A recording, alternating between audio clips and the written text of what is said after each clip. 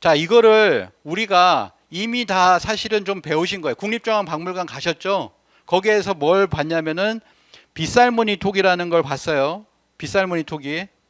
여기 자기가 나오시는 분 있죠. 요게 이제 빗살무늬 톡이죠. 빗살무늬 톡이. 하나는 이제 머리빗이다. 아, 아니다. 그게 아니라 빗, 라이트다. 라이트다. 이렇게 이야기를 했죠. 그래서 가장 오래된 빗살무늬 토기가 있고 이 왼쪽에 있는 게 국립중앙박물관에 있는 거고 오른쪽이 지금의 아까 홍산문화 요하문명이라고 하는 그곳에 있는 빗살무늬 토기. 그래서 뭐냐면 자, 여기에 보시면 흥룡와라고 하는 토기가 있어요. 빗살무늬 토기가 있고 사해라고 하는 곳이 빗살무늬 토기가 있고 강원도에 고성이라는 곳에 빗살무늬 토기가 있는데 같다라고 하는 겁니다. 같다라고 하는 거예요. 그것이 우리나라의 빗살무늬 토기가 가장 오래되었고 8,000년 그리고 이게 쭉 올라갈수록 6,000년, 5,000년, 4,000년 해가지고 그렇게 가는 거예요. 그렇기 때문에 우리에서 이렇게 바깥으로 이렇게 갔다. 우리의 어떤 상품이. 그래서 오동석 작가님이 이걸 최초의 한류다라고 박물관에서 설명을 했었어요. 그리고 아래쪽을 보면 이거는 8,000년 전에도 이런 디자인 감각이 있었다라고 하는 것을 얘기를 합니다. 그러면서 저 아래쪽에서 보면 이게 햇살, 하늘의 어떤 햇살의 어떤 모양이다라고 하는 것을 이야기를 하는 거죠. 그래서 빗살이다, 햇살이다 이런 이야기들을 했던 거죠. 또 하나는 뭐냐면 고래를 한번 볼게요. 그 다음에 처음에 들어갈 때 박물관에서 울주, 대곡리, 방구대, 암각화를 봤죠. 60여 고래가 있었어요. 그리고 고래를 잡는 사람들도 있었고 이렇게 있죠. 자, 여기 보시면 이 고래 위에 아래쪽을 보면 울산, 방구대, 암각화예요. 그리고 위쪽을 보면 러시아입니다. 러시아의 잘라부르가라고 하는 곳에 암각화 똑같은데 왼쪽에 고래 여기 써 있죠. Whales on the left 써 있죠. 왼쪽에 고래, 오른쪽은 뭐냐면은 육상의 동물들이 이렇게 그려져 있는 구조. 이러한 구조가 똑같다. 어떻게 이렇게 똑같을 수가 있냐? 그런데 우리가 1,000년이 앞서요. 그래서 이거를 보면 이쪽에 그 러시아의 학자도 한국의 암각화와 똑같습니다라는 얘기를 하잖아요. 그래서 이 고래를 잡던 사람들이 어디로 가냐면 쭉 가는 거예요. 6,000km, 7,000km 떨어져 있는 러시아의 저 끝에 있는 화이트시라고 있어요. 이제 백해라고 하는데 그 백해가 있는 곳까지도 가서 거기서 고래 벽화를 그렸다라고 하는 거예요. 어떻게 갔을까라고 하는 게 화살표로 이렇게 해서 갔을 것이다라고 하는 거죠. 이게 뭐냐면은 빗살무늬 토기 아까 보셨죠? 빗살무늬 토기가 가는 그거하고 그 다음에 고래잡이로 이렇게 가는 게 거의 비슷한 연대, 비슷한 시기에 이렇게 고래를 잡는 빗살무늬 토기인 뭐 이렇게도 볼 수 있는 거예요. 그래서 연구를 해볼 필요가 있다라고 하는 거죠. 그 다음에 뭐냐면 고래를 잡던 사람들이 어디로 가냐면 이렇게 넘어가요. 저쪽으로 아메리카 대륙으로 이렇게 넘어갑니다. 고래를 잡던 사람 이거 웨일 로드라고 이렇게 이야기하는 그 웨일 로드도 있고요. 그 다음에 그 7,000년 전에 배가 있었다. 이 벽화에 보면은 배가 있잖아요. 고래 잡는 배가 있어요. 근데 거기에 사람이 몇 명이 있습니까?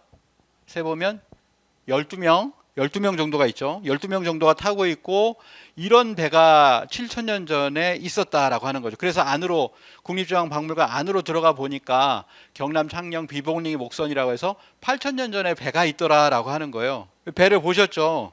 그래서 이제 배의 어떤 모형을 아마 보셨을 겁니다. 그거를 다른 박물관에서는 뭐라고 써놨냐면 이건 국립중앙박물관이 아니라 다른 데는 세계 최초의 배다. The World's First Boat라고 이렇게 분명하게 이야기를 해놨어요. 그게 어디냐면 여기에요. 울주 방구대 암각화가 있고요. 그 옆에 왼쪽 아래쪽으로 내려가면 창녕, 비봉리, 목선이 있습니다. 그러니까 여기가 배가 한반도 남쪽에 배가 이렇게 형성이 되었었다라고 하는 것을 알 수가 있죠. 예. 이거 뭐지? 이 화면이 이 화면이 아닌데. 여기까지 할까요? 나왔어요? 자, 그래서 끝내려고 했는데 이게 돼가지고 자, 이게 백제입니다. 백제. 지금은 모르더라도 한 2,000년 전에 백제가 있어요. 이 백제도 해양 대제국이었다라고 하는 거고 가야가 있습니다. 가야도 보면 이렇게 멀리까지 배를 타고 나갔어요. 우리 예로부터 배를 만들었으니까 가야도 보면 우리가 알고 있는 가야는 저기 조그만데 그게 아니라 해안 국가예요. 그래서 실제로 일본이라고 알려져 있는 저 큐슈까지도 가야였다. 뭐 이렇게 보시면 되겠고, 가야인이 이렇게 배를 만들고 배에서 살았다라고 하는 거. 반크 아시죠? 사이버 외교 사절단 반크인데, 반크의 지도를 보면 거꾸로 보는 지도. 이게 한국이 있잖아요. 거꾸로 보면 일본이 이렇게 있어요. 그러니까 우리가 저 바다로 먼 바다로 나가면 되겠구나. 예로부터 이렇게 나갔었다라고 하는 거죠. 그래서 실제로 배를 지금도 잘 만들잖아요. 전 세계에서 배를 만드는 10대 조선소 중에서 7개가 한국에 있다라고 하는 겁니다. 그리고 지금도 세계 시장에 이 배를 만드는 거에 있어서 뭐 1위를 하거나 2위를 하거나 이렇게 하고 있다라는 거예요. 자, 또 하나는 뭐냐면 이 빗살무늬 토기와 함께 아까 딱 원래 국립중앙박물관은 가면 오른쪽에 뭐가 있냐면 저게 있어요. 저걸 안 보고 지나갔는데 이게 귀걸이입니다. 귀걸이. 옥으로 된 귀걸이에요. 귀걸이입니다. 그래서 뭐가 있냐면은 이렇게 아까 보셨던 빗살무늬 토기가 나왔던 흑룡화 사해라고 하는 홍산 문화와 강원도 고성에서 똑같이 뭐가 나왔냐? 바로 귀걸이가 나왔어요. 옥으로 된 귀걸이. 여기 보시면 귀걸이잖아요. 여기다 이제 귀를 거는 거예요. 귀를 거는 귀걸이가 나왔다라고 하는 거죠. 그래서 이 귀걸이가 어떻게 되냐면 뒤로 갈수록 발전을 해요. 그래서 귀걸이의 형태가 그대로 있고 그쪽 아래로 이렇게 느려뜨려서 더 멋진 금으로 된 귀걸이를 신라 때는 이렇게 만들었습니다. 그래서 우리가 보시면 금관을 갔잖아요. 근데 이제 금관을 쓰고 그 다음에 뭘 하냐면은 자, 이 금관도 보면 전 세계에서 금관이 12개, 13개 가장 많다고 그랬죠. 신라 6개, 가야 2개, 그리고 고구려 하나, 그리고 나머지가 이제 3개가 금관이 나머지예요. 수메르, 사르마트, 틸리아 테페 그래가지고 이 3개의 금관이 이렇게 있습니다. 근데 금관을 쓰고 뭐냐면은 귀에는 이제 귀걸이를 하잖아요. 금 귀걸이, 금 허리띠 이렇게 해가지고 황금 인간의 어떤 모습을 이렇게 보여주는 거예요. 그러니까 실제로 신라는 그래서 황금의 나라였다. 신라관을 가보시면 아시겠지만 거기 황금으로 가득 찼잖아요.